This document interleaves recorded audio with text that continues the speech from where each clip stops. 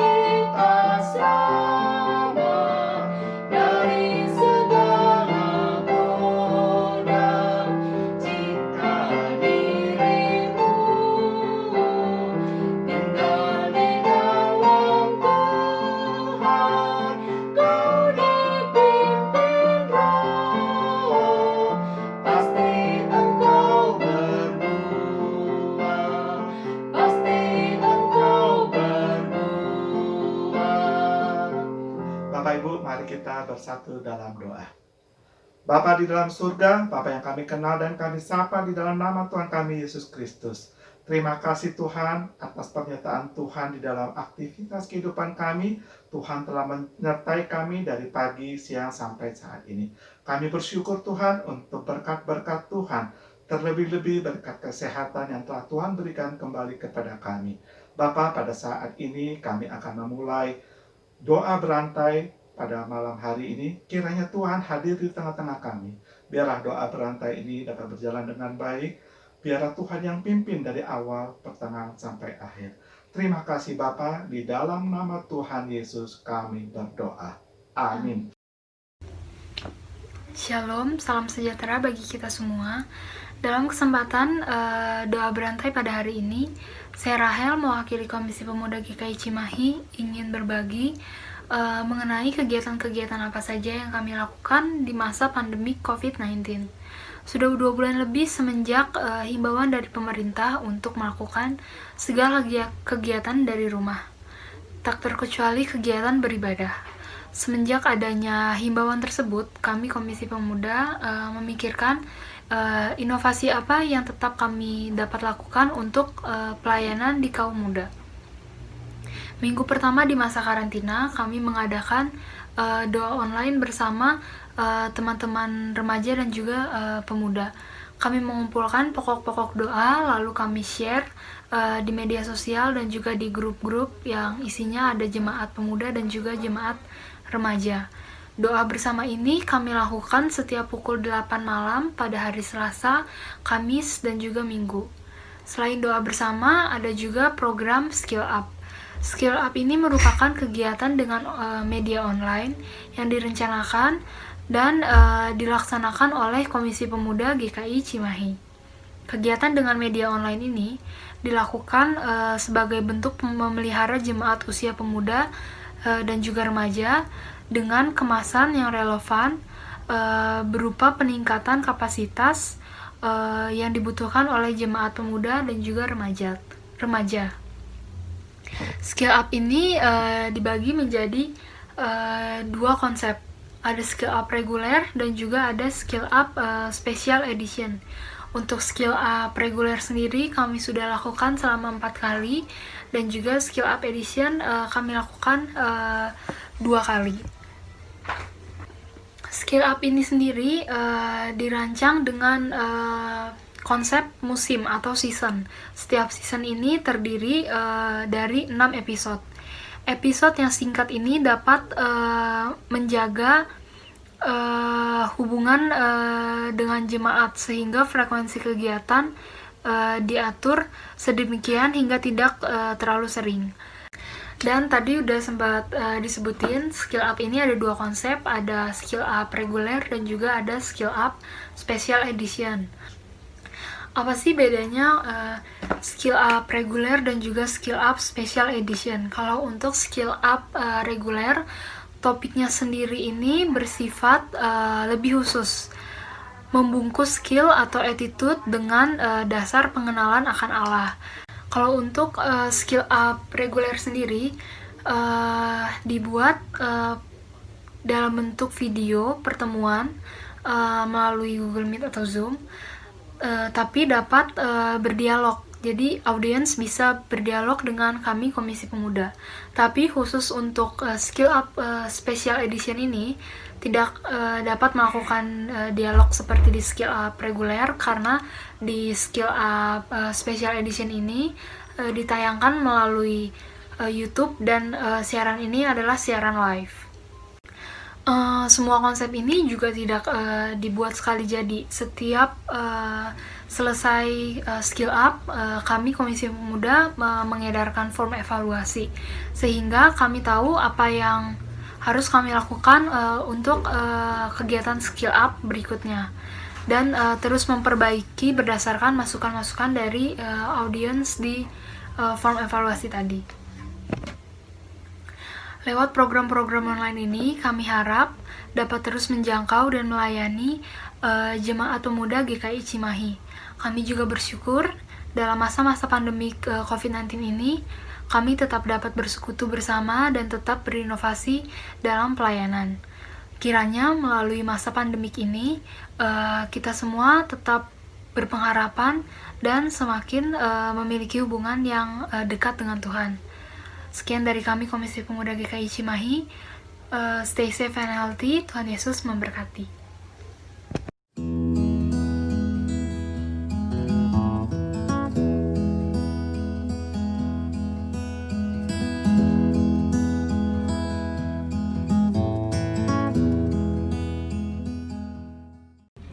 Mari kita berdoa. Tuhan, pada saat ini ketika kami bersekutu di rumah kami masing-masing, kami kembali akan membaca dan mendengarkan firman Tuhan. Tuhan, mampukan kami untuk kami dapat memahami dengan baik. Di dalam nama Tuhan Yesus Kristus kami berdoa. Amin.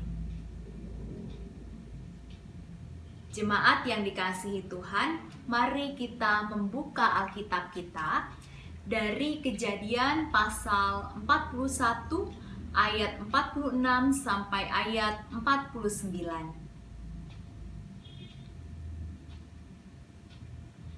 Yusuf berumur 30 tahun ketika ia menghadap Firaun, raja Mesir itu. Maka pergilah Yusuf dari depan Firaun, lalu dikelilinginya seluruh tanah Mesir. Tanah itu mengeluarkan hasil bertumpuk-tumpuk dalam ke-7 tahun kelimpahan itu. Maka Yusuf mengumpulkan segala bahan makanan ke-7 tahun kelimpahan yang ada di tanah Mesir, lalu disimpannya di kota-kota. hasil daerah sekitar tiap-tiap kota disimpan di dalam kota itu. Demikianlah Yusuf menimbun gandum seperti pasir di laut, sangat banyak, sehingga orang berhenti menghitungnya, karena memang tidak terhitung. Saudara-saudara, tema pekan doa pada hari ini yaitu misi Allah dalam berprofesi. Perlu kita ingat kembali peristiwa-peristiwa apa saja yang dialami oleh Yusuf. Ada peristiwa di mana dia dianiaya dan dijual oleh saudara-saudaranya. Kemudian dia berjumpa dengan Potifar dan menahan hawa nafsunya. Kemudian dia juga berjumpa dengan juru minuman dan juga juru roti.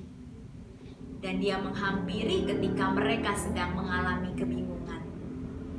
Dan kemudian ada juga peristiwa di mana dia mengartikan mimpi Firaun. Saudara-saudara, berbagai peristiwa yang dialami oleh Yusuf membentuk pribadi Yusuf. Tentunya tidak mudah Yusuf melewati semuanya itu, karena dia merupakan anak yang sangat dikasihi oleh Yakub, ayahnya. Dia harus keluar dari zona nyamannya. Saudara-saudara, kepribadian Yusuf membentuk gambar diri Yusuf. Gambar diri akan memiliki pengaruh di dalam mengambil sebuah keputusan. Dan itu juga yang dialami oleh Yusuf. Ketika dia mengalami gambar diri menjadi seseorang yang taat dan setia di dalam mengikuti perintah Tuhan. Dan juga setiap hal yang menjadi rencana Tuhan bagi kehidupannya, maka dia pun juga berjalan bersama dengan Tuhan. Saudara-saudara, pertanyaannya saat ini, ketika Yusuf menjadi penguasa di Mesir, apakah itu kehendak dirinya atau kehendak Allah? Bagaimana dengan kehendak bebas yang dimiliki oleh Yusuf? Ketika Yusuf menjadi seorang budak, menjadi penguasa, itu merupakan kehendak Tuhan. Tapi bukan berarti juga Yusuf tidak bisa menolak. Yusuf bisa saja menolak, memberontak. Tetapi dia menjadi pribadi yang dibentuk oleh Tuhan. Pribadi yang kuat, pribadi yang mau berjuang untuk mencapai misi Allah di dalam kehidupannya dan juga bagi masyarakat yang lebih luas. Saudara-saudara, sebuah teori panggilan hidup yang saya baca. Yang pertama, ada proses pengkristalan di usia 14 sampai 18 tahun, di mana seseorang sedang mengalami masa studi sekolah menengah. Dia mencari apa yang menjadi panggilan hidupnya. Yang kedua, spesifikasi di usia 18 sampai 21 tahun. Di mana usia ini seseorang sedang mengenyam bangku perkuliahan. Dan yang ketiga, pelaksanaan di usia 21 sampai 25 tahun. Ketika seseorang telah usai dari perkuliahannya, maka akan mencari pekerjaan. Dan yang keempat ialah stabilisasi. Ketika seseorang sudah bekerja, maka dia akan juga mengalami situasi yang stabil di dalam kehidupannya. Saudara-saudara, tentunya teori ini tidak bisa disamakan pada diri setiap orang. Setiap orang memiliki pengalaman yang bisa saja berbeda-beda. Dan pada saat ini, ada beragam profesi impian generasi milenial di Indonesia. Ada YouTubers, pembuat YouTube, wirausaha, membuat usaha sendiri, barista, peracik kopi, dan juga startup di mana ada sebuah usaha rintisan yang menggunakan teknologi dan informasi. Dan juga selebgram yang cukup digandrungi anak muda sekarang. Saudara-saudara, profesi-profesi yang ada pada kita perlu terus gumuli. Apakah kita merasakan damai sejahtera dan juga sukacita di dalam menjalani profesi-profesi tersebut? Atau justru sebaliknya? Dan apakah kita juga dapat menjadi berkat buat orang-orang di sekitar kita, punya hidup yang bermakna? Dan pada saat ini, ketika kita diizinkan oleh Tuhan untuk mengalami masa pandemi COVID-19, mari kita merenung untuk profesi kita pada saat ini. Yang pertama yang bisa kita lakukan di dalam perenungan, menjalin relasi yang erat dengan Tuhan Yesus Kristus. Yang kedua, kembali mengenal diri, kekuatan dan kelemahan apa saja yang kita miliki. Yang ketiga, mengembangkan hubungan pribadi dengan sesama. Saudara-saudara, saat ini kita lebih punya banyak waktu untuk dapat menyapa teman-teman lama kita dan menjalin jejaring-jejaring yang ada kepada mereka. Dan yang keempat, mengerjakan pembangunan jemaat Allah. Kita sebagai seorang Kristen punya kewajiban untuk membangun jemaat Allah, memperhatikan satu dengan yang lainnya yang sedang mengalami kesulitan. Kiranya Tuhan dapat menuntun kita untuk kita bersama-sama merenung bagaimana pekerjaan-pekerjaan yang kita lakukan pada saat ini. Apakah pekerjaan ini sesuai dengan panggilan Allah bagi kehidupan kita? Amin.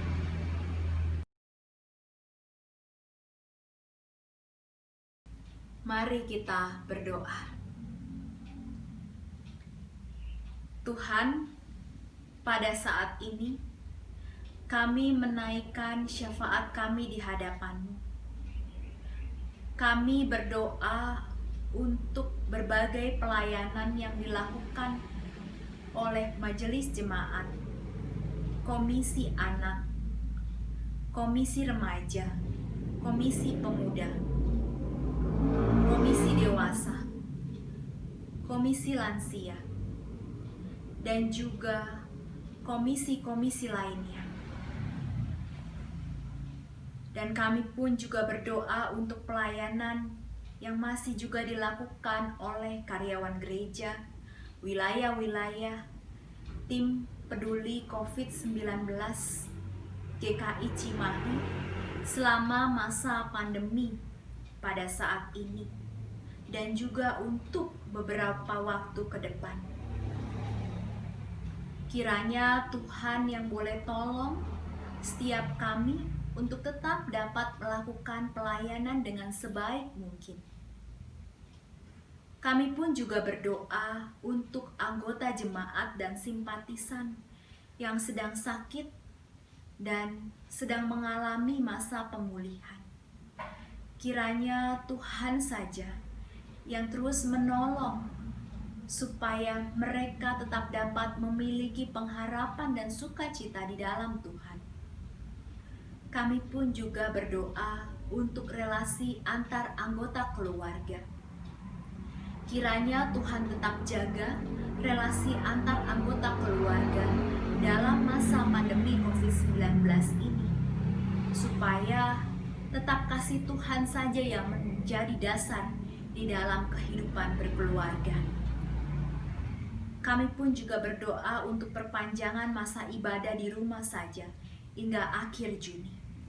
Kiranya Tuhan boleh dapat memberikan kami rasa lapang hati supaya kami dapat menerima keputusan ini dengan tetap bersabar, dengan tetap berharap di dalam Tuhan. Kami pun juga berdoa untuk para pasien pejuang COVID-19 dan juga para tenaga kesehatan, serta juga para pekerja di rumah sakit. Kiranya Tuhan tetap mau hadir bagi setiap mereka. Kami juga menaikkan di dalam doa ini Tuhan, untuk sikap pemerintah dalam penanganan memutus mata rantai COVID-19. Ada banyak hal yang tidak kami pahami, tetapi biarlah kiranya kami boleh belajar taat terhadap aturan-aturan yang berlaku. Dan kami pun juga berdoa untuk kerjasama antar negara. Kiranya melalui peristiwa ini kami boleh saling rendah hati satu dengan yang lainnya, mempedulikan negara satu dengan yang lainnya. Tuhan, kiranya setiap syafaat yang kami naikkan di hadapan-Mu menjadi perkenanan bagi Tuhan, dan ajar kami terus Tuhan menjadi pribadi yang mau dibentuk untuk misi Allah di dalam pekerjaan yang sedang kami jalani dan akan kami alami. Dalam nama Tuhan Yesus Kristus, kami menaikkan syafaat ini. Amin. Untuk mengakhiri persekutuan doa pada malam hari ini, mari kita memuji Tuhan dari NKB 188, bait pertama sampai yang ketiga. Tiap langkahku.